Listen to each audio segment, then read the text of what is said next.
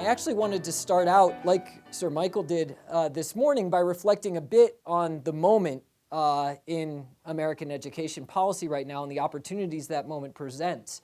I agree with everything that Michael said, but I wanted to qualify it slightly. I agree that there's an unprecedented sense of urgency about reform, but I think the nature of that urgency doesn't necessarily translate into urgency about the issues that we've been discussing today.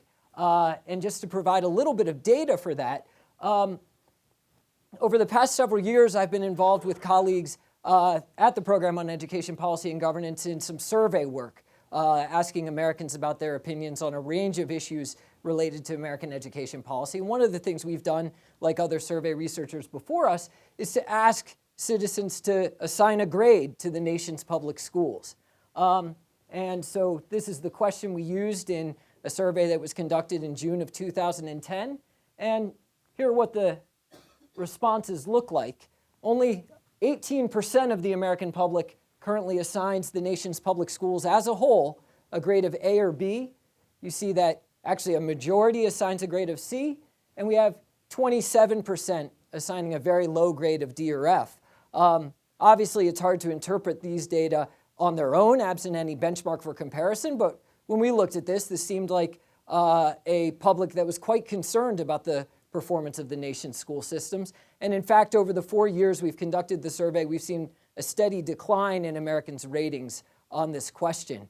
I'm actually going to put up a little bit of data from our big competitor in the field of survey research on education, the Phi Delta Cap and Gallup poll.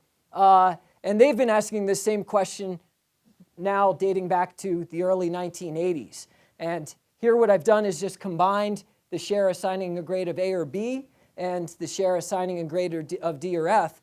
And what you see is that we're actually at an unprecedented low in terms of the share assigning high grades, and an unprecedented high, especially in terms of the share assigning very low grades to the nation's schools. The interesting thing to notice, there's actually a good bit of fluctuation in this over the past several decades. And it doesn't seem to correspond with overall national mood or the state of the national economy. It's actually hard to see a distinctive pattern in it, but one of the things that jumps out to me at least is that there's low points in terms of the assessment of the nation's schools seem to be followed by periods of salience of education as an issue and a lot of attention to reform. So the last low point was leading up to 1983. Obviously, you have a nation at risk and a lot of attention to reform that led people at least to perceive that things were getting better. The next major low point is in the late 1990s and obviously feeds into the push for No Child Left Behind at that time. And so perhaps this suggests we are at a place where you could galvanize the public's attention, push for a lot of attention to the issue.